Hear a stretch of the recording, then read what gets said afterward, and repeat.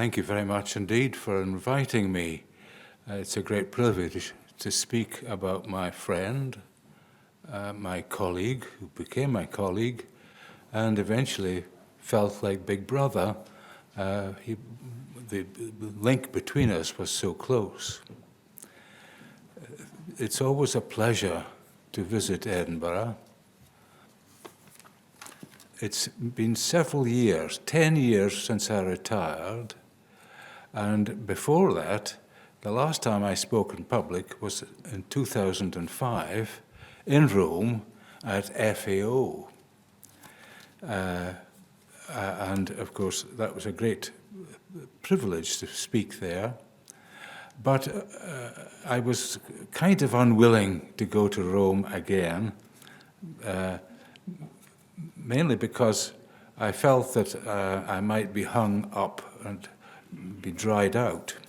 Anyway, I went because Árpád told me.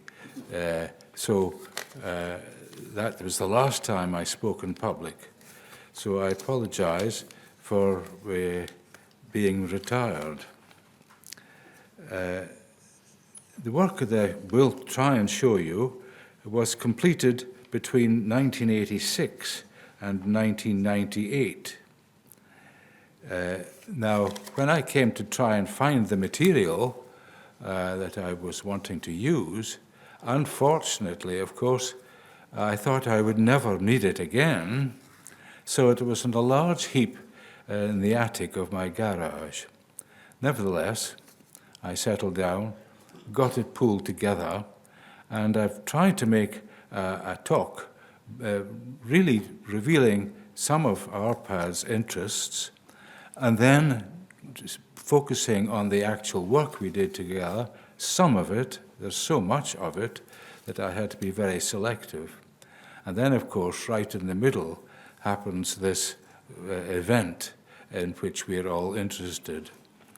When I cleared out my stuff, I just dumped it and was able to put it together again. So hopefully it'll make a coherent story. Of course, Árpád, as you probably know, chose to come to Britain, whereas most of his fellow refugees went to the USA. He completed a PhD at the Lister and was appointed to the Rowett. Now, my first meeting with Árpád and Susan, Zsuzsika, or Zsuzsana, I met them both when they came to a lecture I was giving on diabetogenesis at the medical school in 1985. So we've been friends and colleagues for quite a long time. Now, just to let you know some of Árpád's interests, he had access to the Budapest Opera House as a student, and he knew all Mozart's operas by heart. He was a very keen enthusiast and had an enormous collection of records of opera, which were box sets and include several historic recordings by Callas. Now, of course, whereas records became time expired, now they're back in a big way. So I was fortunate that Zsuzsa gave some of these to me. Árpád had an interest in quality hi-fi. His pickup was in fact by Tandberg, and of course, as I was very keen on good sound reproduction, being a church organist, then we were able to speak the same sort of language about the reproduction of his records. Now, in addition, he was a very keen skier and frequently skied in Glenshee, not far from Balmoral, which of course was the Queen's favourite Scottish home. He drove there in his much beloved Sunbeam Talbot car. The other thing about him was that he had an amazing collection of fine whiskey. His favorites, of course, were the peaty Islay whiskies, but he certainly collected, every time he went through duty-free, he collected another bottle to add to his collection. He also had a black hole, which was in Balaton, because Árpád and Susan naturally wanted to have a home in Hungary, and Balaton was their favorite location, which is about 2 hours from Budapest. They bought a beautiful villa that had been a vinery, and Árpád called it his financial black hole. But it was certainly a success because they grew vines and made their own wine. Well, the initial exposure on the work front was when Árpád and Susan asked for some help with the localization of tomato lectin in rat intestine. The technique was, of course, old hat now, but in those days it was still rather in its infancy.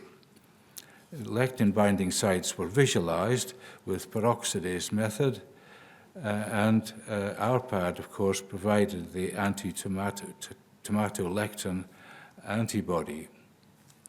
The lectin binding sites were also localized by EM. Well, of course, Árpád was delighted with the results, and the results indicated where the lectin was absorbed, and he was very pleased with the results. So the friendship really got going when we were invited to Árpád and Susan's home at Ashley Park to discuss the results and for a meal. This was the start of a long friendship and the pattern in which we did our research, i.e. We would meet and take the samples and then discuss them when I got the results over a glass of fizz and a very nice meal, prepared, of course, by the excellent cook, Zsuzsa. Thank you very much. Also present was a man called David Kilpatrick at the first meeting. Now, I would like to make it clear that we had a very set pattern for doing and getting the material, which always took the same people together. The group consisted of Árpád, Susan, myself, and George, who was the technician. Árpád's role was to clean the intestinal samples. My task was to orient each gut sample prior to fixation. After they were fixed, of course, they were processed by the people in the pathology laboratory. Hence, they were always afraid of the number of samples that I brought back. I was employed by the University of Aberdeen, and of course, that is separate, although closely linked to the Rowett Research Institute. They are two separate entities. Susan took many samples for analysis, and George handled the animals and measured gut length and weight. The rats were young, of course, and it was quite impressive. I had been accustomed to doing a lot of animal work as a student and later on, but I was always amazed how the animal house in the Rowett produced rats of the same size, the same age, all at the same time. Now, the samples that were taken of the gut were always at the same distance for all experiments. I emphasize this because in our last paper, we were accused of being biased. Now, of course, it is possible to introduce bias if the samples are taken at different places in the gut, but this was certainly not the case. The samples were always at the same distance at several places in the gastrointestinal tract.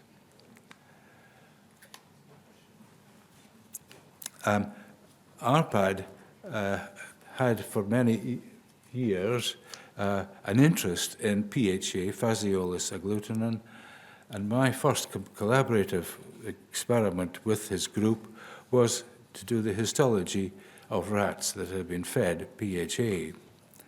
Now, PHA causes massive production of cells in the crypt, and this cell growth could not be blocked by a DNA inhibitor, DFMO, difluoromethylornithine, and was rather remarkable in that respect that the effect of the lectin was so powerful. If I could show you just for a second this rather childish cartoon. So the cells come out, they're extruded here when they're too old, and they're produced only in a very short region down here at the bottom of the crypt. Now, the reason for me showing you this is that in the Lancet paper, objection was raised by erudite people in the other Royal Society that the measurements were biased. In other words, I wasn't able to tell how long the crypt was. Well, in these rats that the Raud produced, the nuclei in the crypt were these little black dots here. The nuclei were always against the basolateral membrane. But when they emerged onto the villus itself, then the nucleus was raised. There was a space between the nucleus and the basolateral membrane. This doesn't show in this cartoon. But in the Raud rats, that space enabled me to say where the crypt stopped and the villus started. Hence, bias was kind of minimized. Now, this is a slide then. It's a H&E slide. Sorry, making a mess of this. They're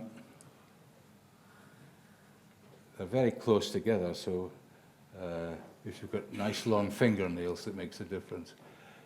Here then is a rat that had been fed with DFMO and then fed with PHA. And although the DNA has been blocked, the crypt is still elongated, massively elongated, just demonstrating the power of the lectin in producing division of cells. I don't need to show that one. So that was another experiment that caused a great deal of interest at the time. We then became interested in mistletoe lectins, mainly because Árpád had so many colleagues throughout Europe. And the actual lectin, there seemed to be 3 lectins in mistletoe. So the mistletoe leaves and berries contain anti-tumor properties. Now, of course, mistletoe has been used for at least a century in Germany, but very little in this country at all. And the leaves appear to contain at least 3 lectins. The Biochemistry Department of Witten University, Witten, how do you pronounce it? It's perfect. Hmm? It's perfect. Perfect? Yes, No, nothing's perfect. your pronunciation was perfect. Thank you. So they produced the lectin, and we, Árpád, was asked to please examine the biological effects, because before the mistletoe was simply used, say, as a tea made up with leaves and water. Anyway, it would seem that the mistletoe lectins were 3 in number, and Árpád wanted to have experiments also with Ian Prime in Bergen, and we did a mouse trial. And the model was Krebs murine lymphosarcoma.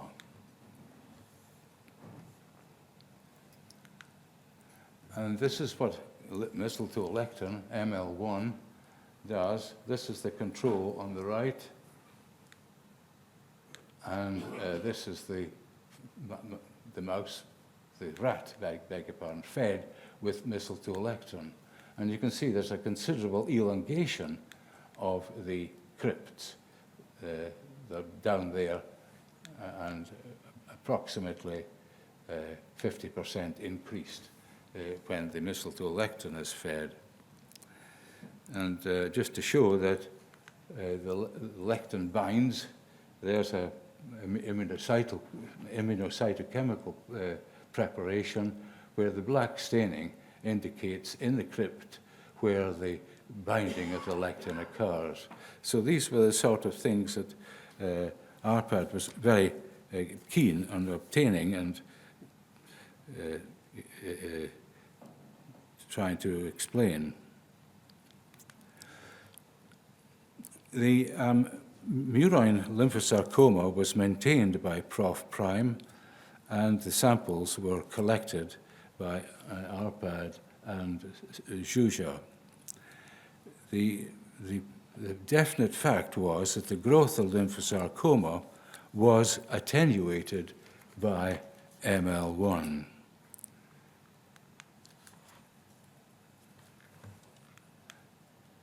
Now, mistletoe lectin then induces hyperplasia that is partly responsible for reduction in growth of transplanted lymphosarcoma. How long do I have left? All right? Now, mistletoe lectin induces a lymphoid infiltrate in the actual tumor, and if you look at the washout in the experiment, there was total or subtotal disappearance of the transplanted lymphosarcoma in 5 of the 14. The controls, of course, all died. So I suppose a break then in the proceedings, because this now heralds the GM part of it. Scottish Agricultural Environment and Fisheries Department, SOAFID, recognized the complete lack of safety testing of GMOs, and grant applications were invited. Árpád, I think, was made aware of the lack of testing and got handed a big bundle of papers, 2 feet in height, and was told, well, yes, but you have to get the application away by Monday, and that was Friday. Anyway, he worked overnight, and I suppose Zsuzsa did too, and the grant, Árpád's proposal, of course, won out of 28 competitors. The grant was for £1.6 million.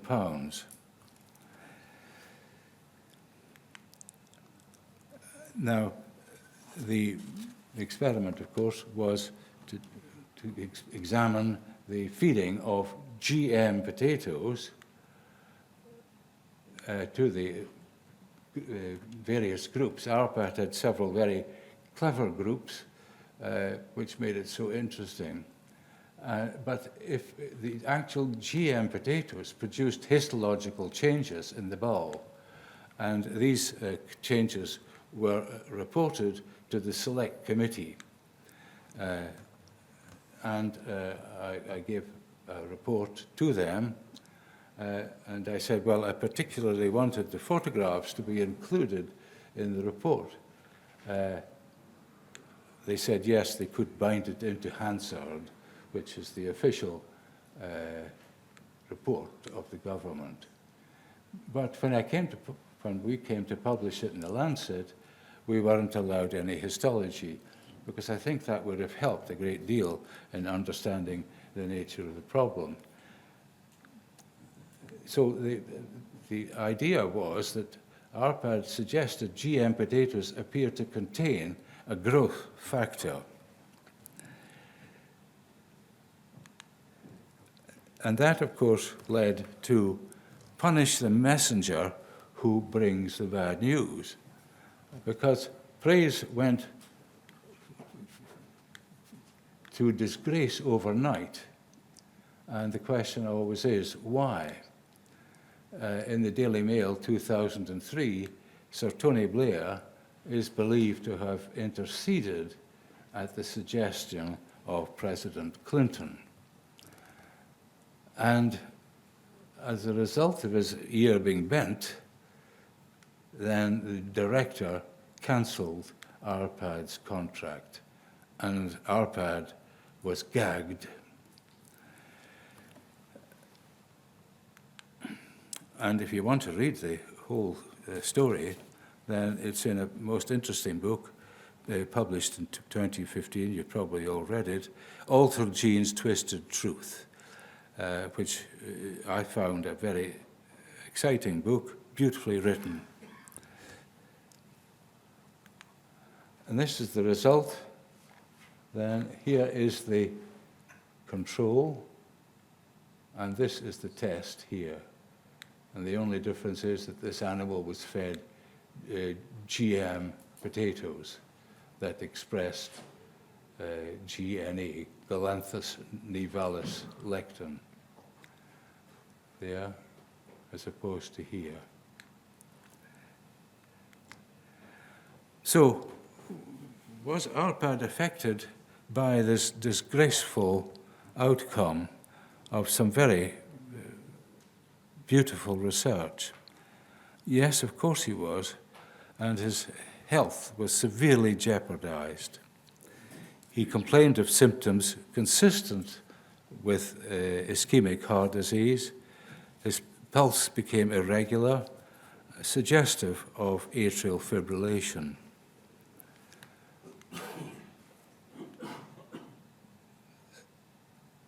Eventually, Árpád and Susan returned to Ballyton, but while Árpád was working on a GM manuscript, he became semi-conscious, and he was admitted to hospital, and it was quite obvious he had suffered a dense stroke in the left middle cerebral artery territory.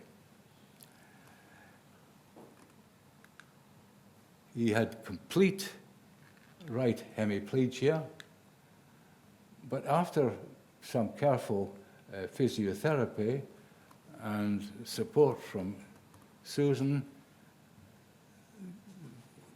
they managed to get him back home. Now, also at that time, they had a very supportive Hungarian carer, Katica by name, who was a very jolly person and managed to get Árpád back home. But when I met him after several days of his return, I was horrified by his lack of speech. He could hear, but could not reply. In other words, he was locked in. We were still able to go out for a meal or to a concert, so we could still enjoy each other's company. Well, subsequently then, Árpád was well looked after by Zsuzsa and Katica. He never recovered power on his right side. After a fall, he was hospitalized for 12 weeks and got COVID. He returned home after being cared for in a local nursing home. And despite Susan's extreme loving care and very supportive nursing, he died in December 2021. That was Árpád on his 90th birthday. He looks good there. And then there's him at the funeral. I had the privilege of playing the organ at his funeral, and by chance, the priest in charge was a Hungarian, Father Gabor.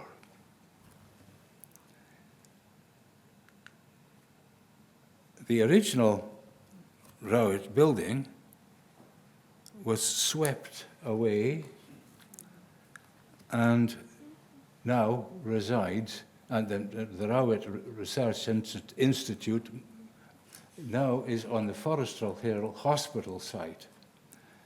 And this building here now was built on the original site. Quite ugly.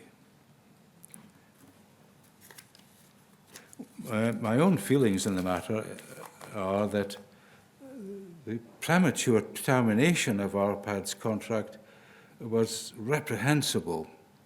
After all, the group that he had set up was very successful and worked very well together. The next step in the research would have been to employ an empty cassette just to check and see that the inserted gene was the one responsible for the changes that I saw. So my belief is that they should have extended his contract rather than cancel it. And the mystery is, who was the person who put the director up to removing his contract? Thank you.